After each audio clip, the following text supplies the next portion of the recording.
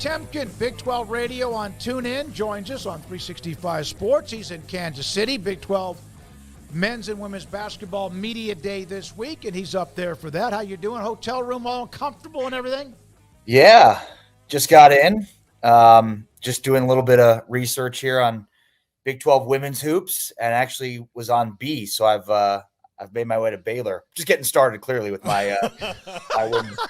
So Arizona State, Baylor. Yeah. Colorado's next, by the way. I think I don't know. BYU. No, BYU Cincinnati. BYU Cincinnati. There's so many teams in this conference. I don't know how this happened. In the middle of football season to do this, it's cruel. No, it really is. And you are doing God's work for us. Thank you for being there. So, Iowa State and BYU find a way in the last few seconds to stay alive overall nationally and also for the Big 12 title. K-State takes care of their business. Cincinnati and the others have a loss. Cincinnati, your thoughts about where we are after this weekend? Because Tech obviously was somewhat fraudulent with what happened at home against Baylor. I mean, you got to start there, right? How about Sawyer Robertson and the Baylor Bears? And, when you look at the one-win Big 12 teams right now, nobody is playing better than Baylor, just based on obviously how they played this week. But, Sawyer Robertson, this is nothing new. We've been talking about him weekly and how good he's been. But the 5 touchdown passes, it was this game was 24-21 Baylor early in the third quarter, and then Baylor outscored him by 28. Just 28 unanswered. Touchdown. So, obviously we saw a lot of Sawyer with his ability to run and use his legs. But he's a one-man wrecking crew, man. And when we consider where this team was when the season started with the quarterback position to where it is today, it's remarkable. But yeah, it was sort of funny. There were 4 games in the Big 12, like the 2 games featuring the 2 undefeated teams, that identical final scores, both came down to drives where the team that was hoping to stay on as undefeated scored to get to 38, win the game. And then similarly to the Baylor Texas Tech game was the West Virginia K-State game, where it was close until it was not very close. And then it was decidedly not close. And so I think, both of those games were basically identical sort of games from the Big 12 this weekend. Ari, why can't UCF and West Virginia in particular, I'm leaving Oklahoma State out of this because they're kind of a different situation, but why can't those 2 teams that seemingly have a lot of good things going for them get out of their own way? Yeah, great question. UCF, after 3 weeks, Paul, looked like certainly a team that wasn't going to be competing towards the top of the conference. They had the best running game going, and going into that Colorado game, that was really a line of demarcation for them where it looked like on national TV at the Bounce House, they could really make a statement against a Colorado defense that had not been great stopping the run. And obviously we know Colorado couldn't run the football. And Colorado just took it to UCF on the ground on both sides of the football. And it was like, since then, they've just been a mess, and it's Gus Malzahn's a hell of a head coach historically. And there's no reason to think he's not still a good coach, but there's something going on in that locker room. You had a bunch of players that, seemingly quit on the team, and then another player that called them out for doing so. Good for him for calling them out. But it's just it seems like there's a lot beneath the surface there at UCF that, and look, this past game, they look pretty good. They played, they did about as much as any team has done against Iowa State's defense this week. So, But I think the change to Ja'Cory Brown was huge. KJ Jefferson, tons of expectations for him in the offseason, and he just hadn't met them. He just was not very good this year. So they make the switch, and obviously when you do that, you're going to go through some growing pains, especially with a sort of an inexperienced quarterback, and they were rotating him with another guy the previous week. So, in terms of UCF and then West Virginia, I think it's now, I want to say it's like 6 consecutive losses for Neil Brown against top 25 teams. His record overall at West Virginia against top 25 teams is horrendous. I think for a guy that was very much on the hot seat last year for a team that won 9 games, it's hard for him not to find himself back on that hot seat. I think there's some apathy, it seems like, from West Virginia, like here we go again with Neil Brown. I'm a big Neil Brown fan, but the comments he made this week, even if they were sort of innocuous and maybe taken, larger than they should have been. Just not the greatest optics of it in terms of like, how do you show up and have fun and party and whatever. Probably not the greatest comment. So, and then on top of that, I mean, Garrett Green, he's sort of a 55% throat passer. So, it's hard to be really successful and consistent at quarterback when most of his game is the ability to run, and he's just not completing passes at a high enough clip. And then he left this game with injury. I mean, Brown would complain about injuries, and certainly those are there, but everybody deals with them. K-State, BYU, Iowa State, they seem to be kind of the class of the league right now, or the ones that have the best shot as potential champions and playoff teams. Obviously, not all three will get that opportunity, and maybe not two based on how the league's talked about nationally at the moment. But does it feel like those three are in a tier by themselves to you, or does a Cincinnati and a Colorado also maybe have a little chaos in store as well? Yeah, I think that's exactly right, Craig. I mean, I would put them there. I mean, I think if the season ended today, like the Big 12 should have at least two playoff teams. Again, I spent time this morning on the AP Top 25, which again, just it's absolutely befuddling. These people need to stay up and watch games. I mean, it's remarkable that Clemson is somehow still in the top 10. I know they keep winning. They haven't played anybody. Their next good win is their first good win. It's insane to me when you look at all three of those teams have some of the best, I think, top 15 strength of schedule. Clemson nowhere to be found there. It's like a birthright. The fact that there are 6 one-loss teams in front of the 2 undefeated Big 12 teams is a slap in the face, and it's ridiculous. And tomorrow when I interview Brett Yormark, I'm going to ask him how that gets changed because it's a joke. I mean, their strength of schedule is so much better than a lot of these teams, and they're looking up at them in the standings. They should just be ranking recruiting rankings. If that's what we're going to do, just rank the teams based on their recruiting rankings and we can move on with our lives. We should do that every week. Who has the best recruiting rankings? Let's just list those in the top 25 every single week. That's what we should do. Let's just do that instead of playing the games and then watching the games and then reacting to them, because that's clearly not what's happening here. It's ridiculous. So yeah, I mean, Kansas State absolutely is in that upper echelon with the 2 undefeated teams, which look, I mean, this is what happens in college football as you go through an undefeated record. The good news is I don't think either of these teams need to be undefeated to get playoff spots. But I mean, they're flying close to the sun. Their flaws are out there for everybody to see every week. You're getting everybody's best shot. It's tough to keep winning. And that's what we're going to see every week. You're going to look at the schedule and see games that are off games, seemingly for these undefeated teams. And as we saw this weekend, like, they're going to continue to play close games because it's just tough. It's real tough when you've got that target and people are zeroing in on the things you don't do well. I probably would. I mean, you mentioned Colorado and Cincinnati, and I think that's fair. And look, Sorsby is probably the most underrated quarterback in the country this year. But with Shedeur, I mean, it's undoubtable what he's doing. He's insanely good, and they're finding ways to protect him better. I mean, if you were to look at who was sacked 7 times and who was sacked 1 time, you never would have thought it would have been Shedeur that was sacked once and Noah Fafita that was sacked 7 times. So they're protecting him better. He's also getting it done now with less weapons as guys are dealing with health issues. Travis Hunter is not playing as much, and Horn is missing time. So Wester now becomes more of a factor. Will Shepard becomes more of a factor. So it's hard to Colorado's got to be there too, because they have a legitimate NFL quarterback who is, he's playing at that level. Yeah, no, he really is. BYU plays at UCF, who had what looked like one of those. It was going to be a huge win for them, and they couldn't finish. They ran. How many yards did Harvey end up with? Like 220, something like that. And they had another long run as well. So they just can't put two halves together. Baylor couldn't do it until they went to Lubbock for whatever reason. That's their magic potion. What are your thoughts about BYU now on the road across the country on the East Coast, and a game that you think that they should just eventually, like a boa constrictor, take care of the game? But your thoughts about that game on the road?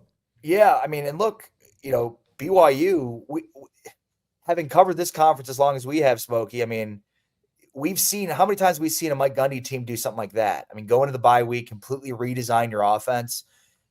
My feeling is, and look, I mean, BYU fans don't want to hear this, but if Garrett Rangel doesn't get hurt, I would love to see how that game ends up, because the quarterback run was working very effectively. Obviously, with Rangel, you get a much better look with that than you do with Bowman. So I think, having to go back to Bowman because the injury to Rangel, really hurt their ability to consistently play that quarterback run game.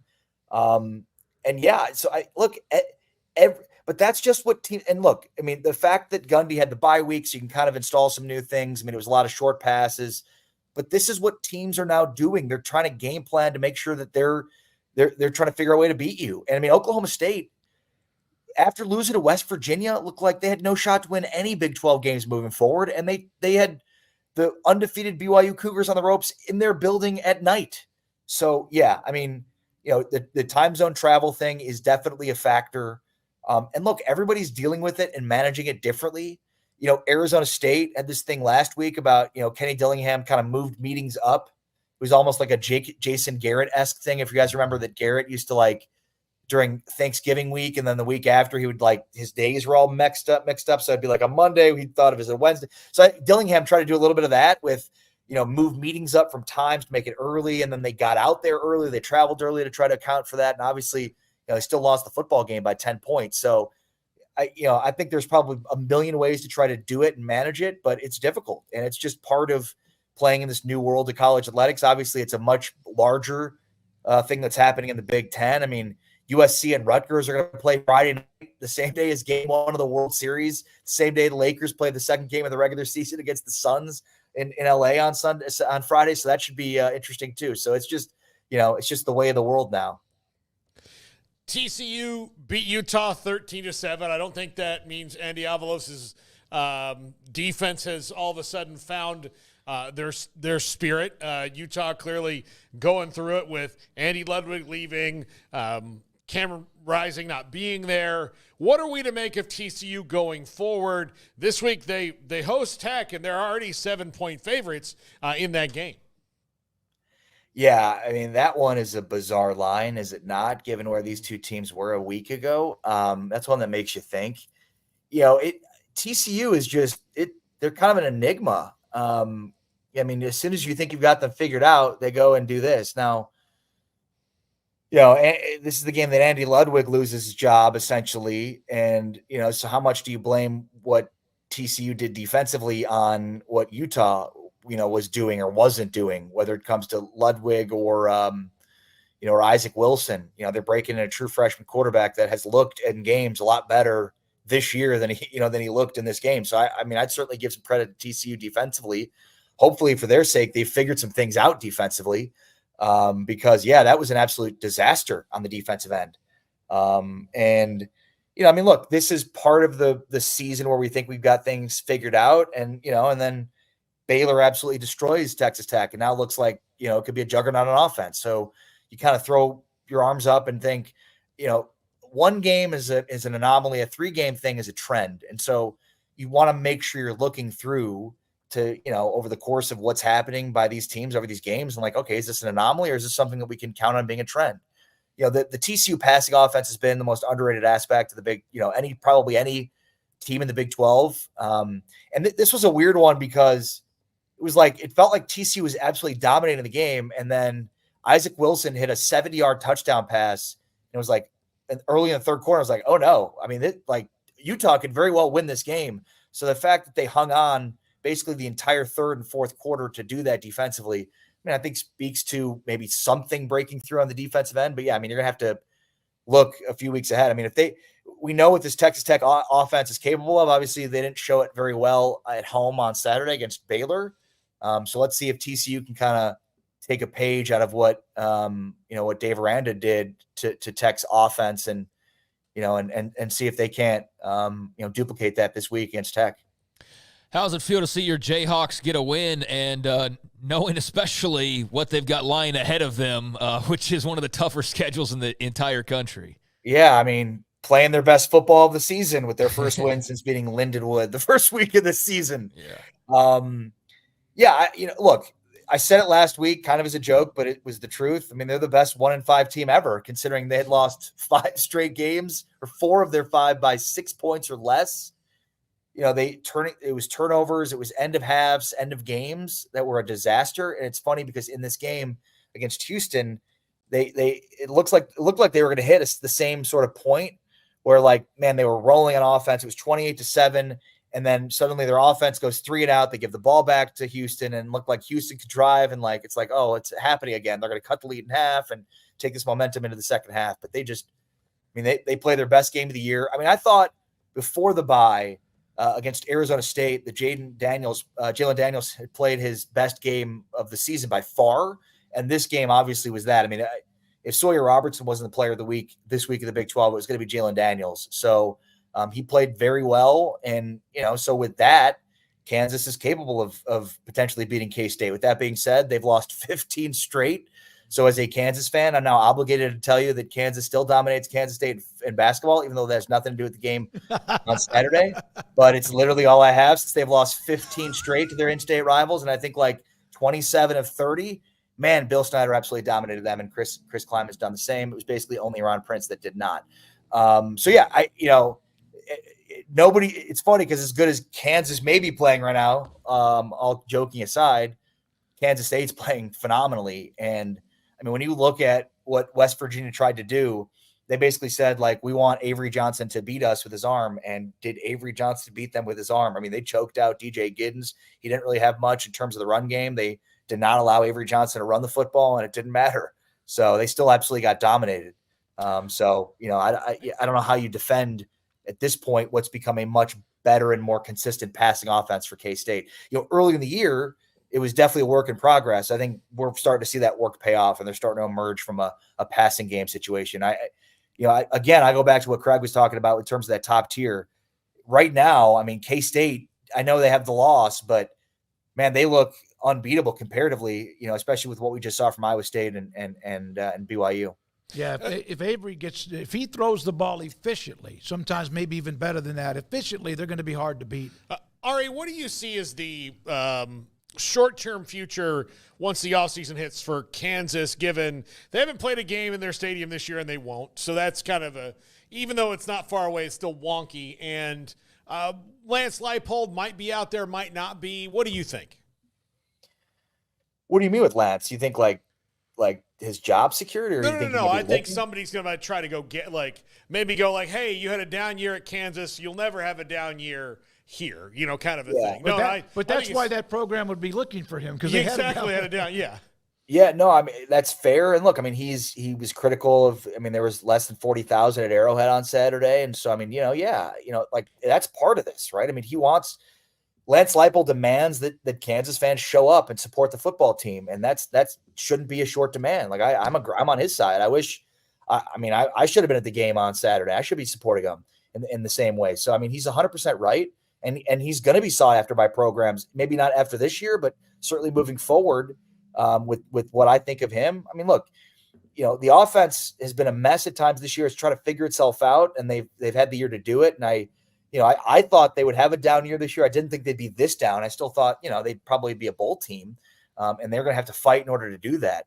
But yeah, I mean, they've got the brand new stadium coming. I think there's a lot of excitement that could be building. They've recruited at a much higher level. I'd be shocked if Leipold left after this year. And yeah, I mean, he's right to demand, better crowds, more people continue to support the team. I couldn't agree more.